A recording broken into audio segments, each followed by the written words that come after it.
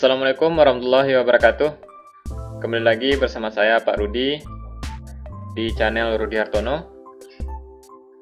Baiklah adik-adik, pada kesempatan kali ini kita akan membahas soal-soal ujian akhir semester atau penilaian akhir semester Fisika kelas 11 semester 1 untuk kurikulum 2013. Sebelum kita lanjut, jangan lupa untuk subscribe terlebih dahulu untuk membantu perkembangan channel ini.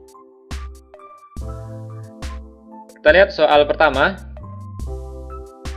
Pada gambar berikut ini, PQ adalah sebuah batang homogen dengan panjang 4 meter. Batang itu diam pada penumpu R yang jaraknya 1 meter dari P. Pada ujung batang P bekerja gaya F1 sama dengan 100 Newton, dan pada ujung batang Q bekerja gaya F2 sama dengan 50 Newton.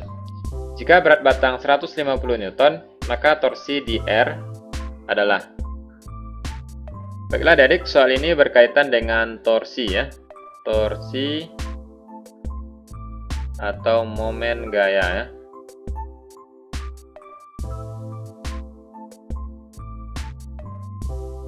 Nah, ingat adik-adik, rumus dari torsi adalah torsi sama dengan F dikali dengan L ya.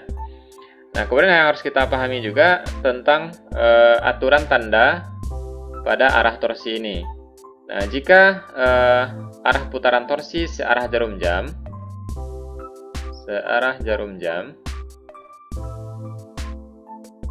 ya, searah putaran jarum jam, maka ini tanda torsinya negatif.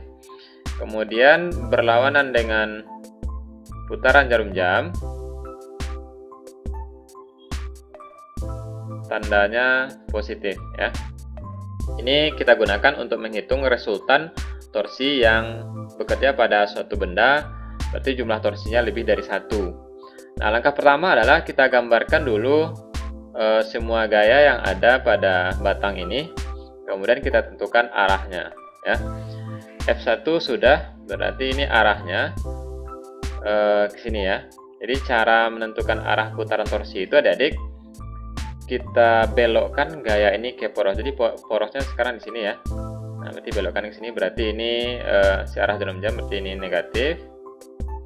Kemudian F2 juga searah jarum jam, berarti ini tandanya negatif. Kemudian berat batang berarti bekerja di tengah-tengah batang ya, berarti di sini. Ini W. Kemudian ini juga arahnya searah jarum jam, ini negatif. Di sini berarti ada 3 gaya yang memiliki 3 torsi ya. Berarti kita hitung di sini sigma torsi sama dengan min to 1 dikurang to 2 dikurang to W ya. Nah, torsi 1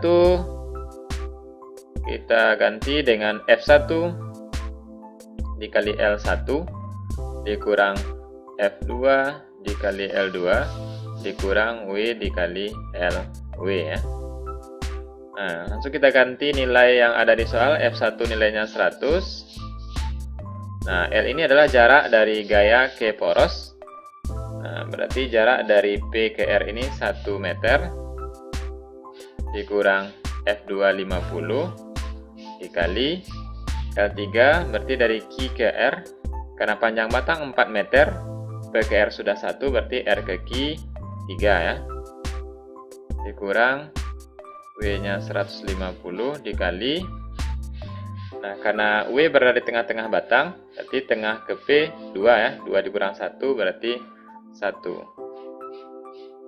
sama dengan min 100 dikurang 150 dikurang 150 sama dengan min 400 Newton meter. Nah, karena di sini hanya ditanya besar nilai torsi, maka kita peroleh jawaban yang benar adalah D. Lanjut ke soal berikutnya. 3 buah partikel masing-masing bermassa M diikatkan pada batang ringan seperti gambar. Ya, ini gambarnya. Momen inersia sistem terhadap poros rotasi melalui ujung batang titik-titik. Nah, soal ini berkaitan dengan momen inersia. Nah, ingat adik-adik, momen inersia itu rumusnya I sama dengan M dikali R kuadrat ya. Ini rumus momen inersia. Nah, karena di sini ada beberapa benda, maka kita akan menghitung resultan ya, resultan dari momen inersia. Berarti nanti kita hitung jumlah resultan momen inersia yang bekerja pada batang ini. Nah, di sini ada 3 buah massa benda ya, massa partikel 1, 2, dan 3. Berarti ini kita tulis di sini I1, I2, I3 ya. Nah, berarti sigma I sama dengan I1 tambah I2 tambah I3. Nah, untuk momen inersia dalam menghitung resultan kita tidak menentukan arah putaran karena ini merupakan besaran skalar. Nah, sehingga kita ganti I1 berarti M1 dikali R1 kuadrat ditambah M2 dikali R2 kuadrat ditambah M3 dikali R3 kuadrat. Nah, langsung kita ganti dengan nilai yang ada. Nah, massa masing-masing partikel tadi M ya. M dikali R1 ya, R itu adalah jarak dari benda ke poros. Berarti nilainya ini A kuadrat ditambah M2M dikali R2 berarti 2A ditambah dengan A. Kita peroleh 3A kuadrat ditambah M3-nya M. Nah, untuk R3 di 3A tambah 2A tambah A sama dengan 6A ya. Nah, kita selesaikan.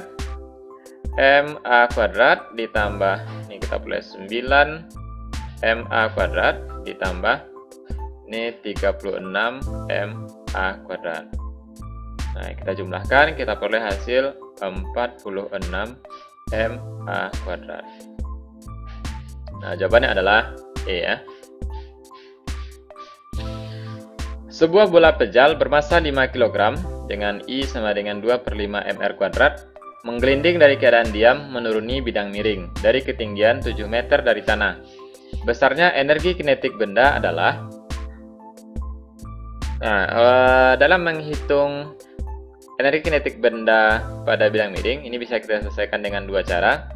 Nah, cara pertama bisa kita tentukan dulu nilai kecepatan ya, nilai kecepatan dari benda ini ketika sampai di dasar bidang miring dengan rumus V sama dengan akar 2GH per 1 ditambah K. Nah, kemudian nanti kita hitung energi kinetik total ya. Nah, atau bisa juga dengan cara rumus hukum kekekalan energi mekanik ya, hukum kekekalan energi mekanik.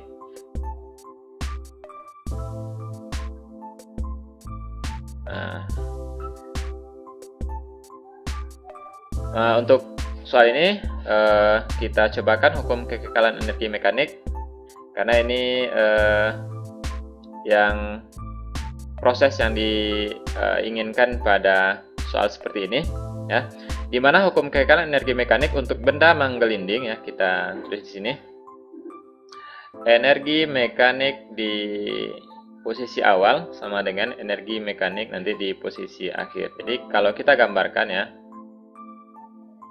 kita buat seperti ini bidang miring ya. Ini posisi awal titik 1 ya, benda menggelinding, kemudian nanti bola sampai di dasar bidang miring. Ini posisi kedua kita misalkan ya. Nah, di sini tingginya H ya, sama dengan 7 meter.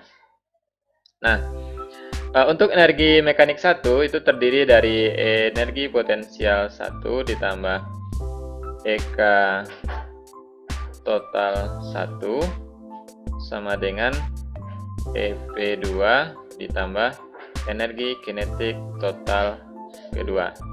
Nah, baik, kita ganti sesuai dengan kondisi yang ada di soal. Nah, energi potensial 1 berarti M dikali G dikali H1 ditambah.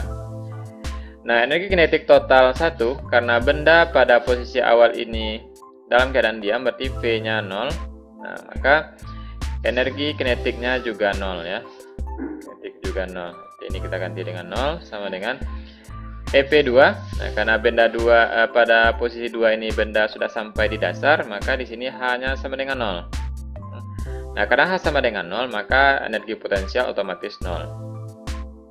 Nah, kemudian EK total ya. EK total ini terdiri dari EK translasinya ditambah EK rotasi ya. Nah, karena di sini yang diminta hanya energi kinetik benda, berarti yang dimaksud adalah energi kinetik total ini ya. Berarti ini sama dengan energi kinetik total. Ini akan kita cari ya. Nanti kita tinggal mengganti dengan yang ada. M-nya 5 kali G10 dikali H7 sama dengan EK total ya. Nah, 5 kali 7 kali 10 sama dengan 350. Jadi EK total sama dengan 350 Joule. Nah, gampang kan adik-adik? Iya.